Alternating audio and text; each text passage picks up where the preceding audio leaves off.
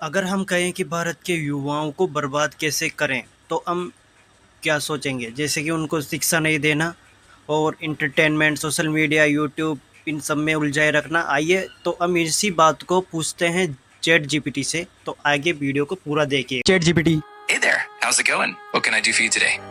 अगर भारत की यूथ को बर्बाद करना हो तो तुम क्या करोगे? प्रॉपर तरीके से एग्जांपल देके बताओ मुझे।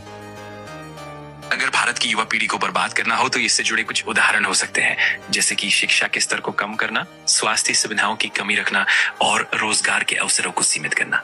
इससे युवा पीढ़ी में निराशा बढ़ेगी, मानसिक स्वास्थ्य प्रभावित होगा और सामाजिक प्रगति भी रुक जाएगी।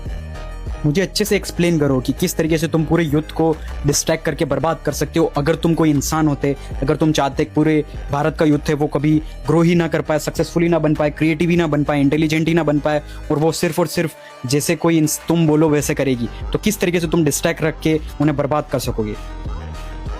अगर ऐसा सोचा जाए तो कुछ तरीके हो सकते हैं, जैसे उन्हें लगातार बेकार की चीजों में व्यस्त रखना, जैसे अत्यधिक एंटरटेनमेंट, सोशल मीडिया पर समय बर्बाद करना, उन्हें वास्तविक शिक्षा या कौशल से दूर रखना और मानसिक रूप से उन्हें कमजोर करना। इससे उनकी क्रिएटिविटी, सोचने की क्षमता और आत्मविश्वास धीरे धीरे कम हो जाएगा। लेकिन ये सब एक नकारात्मक दृष्टिकोण है और असल में हमें युवाओं को प्रोत्साहित करना चाहिए। लेकिन अगर तुमने बोला कि सोशल मीडिया पे एंटरटेनमेंट, तो एंटरटेनमेंट की कैसी कैसी चीज़ें हैं जो यूथ को बर्बाद करने के लिए परफेक्ट रहेगी तुम्हारे हिसाब से? जस्ट मुझे एग्जांपल चाहिए। हाँ बिल्कुल, अगर हम बात करें तो जैसे कि बहुत ज्यादा समय तक फालतू और गैर उत्पादक कंटेंट देखना, जैसे कि लगातार बेकार के वीडियोस या बिना किसी सीख के गेम्स खेलना। इसके अलावा गहरी सोच से दूर रखने वाली चीजें, जैसे कि निरंतर उथले और सनसनीखेज कंटेंट या फिर ऐसे इन्फ्लुएंसर्स जो सिर्फ मनोरंजन पर ध्यान देते हैं, इन सब से युवाओं का ध्यान असली सीखने और विकास से भटक सकता है।